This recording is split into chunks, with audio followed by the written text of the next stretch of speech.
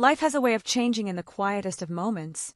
Sometimes, it isn't a grand event that shifts everything, but rather a simple decision, an unexpected touch, or a few words that change the course of your life. I never expected that one evening, something so ordinary would unfold into a chapter I'd carry with me forever. His name was Adrian, and though I thought I knew him well, I soon realized there were sides of him I hadn't yet discovered. That night, when he made his next move, I wasn't ready, but maybe love never waits for readiness. Maybe it just arrives and asks you to surrender. We had been friends for months. I can't even pinpoint the exact moment I became aware of the pull between us. It had always been there, like an undercurrent beneath the surface, too subtle to acknowledge but too strong to ignore. Adrian was steady, dependable, the kind of man who didn't need to command attention but somehow drew it anyway. His laugh was rare but unforgettable, his words thoughtful, his presence grounding. And me, I kept my feelings locked away, afraid of ruining the delicate balance of what we had. It was a rainy night when it happened. He invited me over to his apartment, saying he didn't want to spend the evening alone. I almost declined, telling myself it was just a casual visit, nothing out of the ordinary.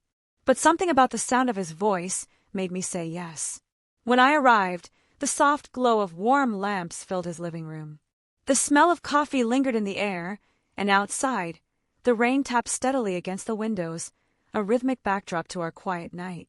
We talked the way we always did, about books, about music, about the small frustrations of our days. But there was something different in the air, a tension neither of us dared name. He sat close, our knees brushing, and every accidental touch sent a wave of warmth through me. My heart raced each time our eyes lingered a second too long. The silence between our words wasn't empty, it was charged.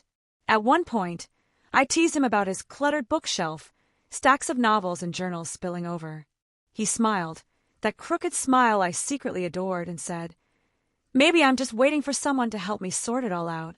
His words seemed playful, but the way his gaze held mine made my breath catch.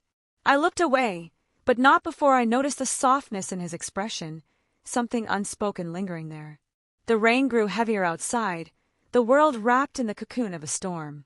He leaned closer, tucking a strand of hair behind my ear, and whispered, "You have no idea how long I've wanted to do that." My heart skipped, my thoughts scattered. I tried to speak, but before I could find words, he hesitated, his hand lingering near my cheek, giving me the choice. And in that moment, I realized I wanted him to cross the line we had both been pretending didn't exist. I leaned in and our lips met. It was soft at first, tentative, like neither of us dared believe it was real.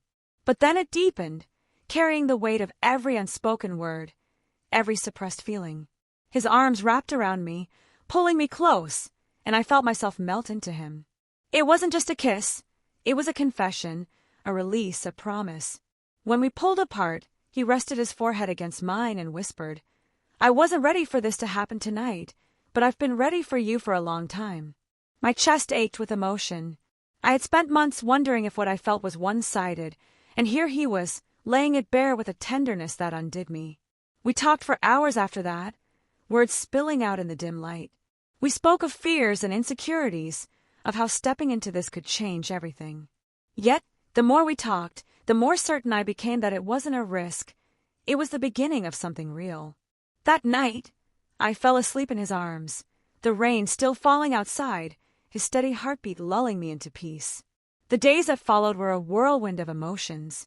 Everything felt different, yet beautifully familiar. We didn't rush into labels or declarations, but every small gesture was a reminder of the shift. The way he brushed my hand with his thumb when we walked together, the way his eyes lingered on me when he thought I wasn't looking, the way he laughed more easily now, as though something inside him had been freed. One evening, weeks later, we took a walk by the riverside. The city lights shimmered on the water, and the air carried a crisp chill. I asked him quietly, "Do you think this is moving too fast?" He stopped, turned to me, and held my hands. "I don't measure this by time," he said softly. "I measure it by how it feels. And with you, everything feels right." His words sank deep into me, dissolving the last of my doubts. As the months passed, our love grew, not in a blaze of intensity, but in the steady warmth of consistency. He showed up, every time, in small ways that mattered most. Bringing me coffee when I was buried in work. Staying up late to listen when I was overwhelmed. Holding me when my insecurities threatened to break through. He wasn't just a lover, he was a safe place, a home I hadn't realized I'd been searching for. There were challenges, of course. He carried scars from his past, moments where trust had been broken, and I had my own fears of abandonment. But instead of running from those vulnerabilities, we learned to face them together. I remember one night when I asked, "What if we're not enough? What if love isn't enough?" He looked at me with such intensity it silenced every doubt. "Then we'll build more. Together. We don't have to be perfect, we just have to be honest." That honesty became the foundation of our story. We learned that love wasn't just about passion or desire, though we had plenty of both. It was about the quiet moments, too. Sitting in silence on his balcony, watching the stars, cooking dinner together in his small kitchen, lying on the couch with our legs tangled, saying nothing because words weren't always needed. One night stands out clearly. We sat on his balcony with a bottle of wine, the city lights twinkling below us.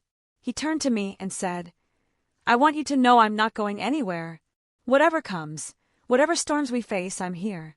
Tears filled my eyes, because those were the words I had been waiting my whole life to hear. We kissed under the stars, the world fading away, and I knew then that this love was different. Looking back now, I smile at the irony. I wasn't ready for what he did next that night. His touch, his kiss, his confession. But maybe readiness isn't the point. Maybe love doesn't wait for us to be prepared. Maybe it shows up when we least expect it, asking us to trust, to leap, to surrender. Adrian's courage taught me that love is as much about trust as it is about passion, as much about patience as it is about fire. In his arms, I found not only desire but also safety. In his words, I found not only confession but also commitment. And in his love, I found myself, someone braver, softer, and more alive than I had ever been before. That night was the beginning of a story I never saw coming, but one I'll cherish forever.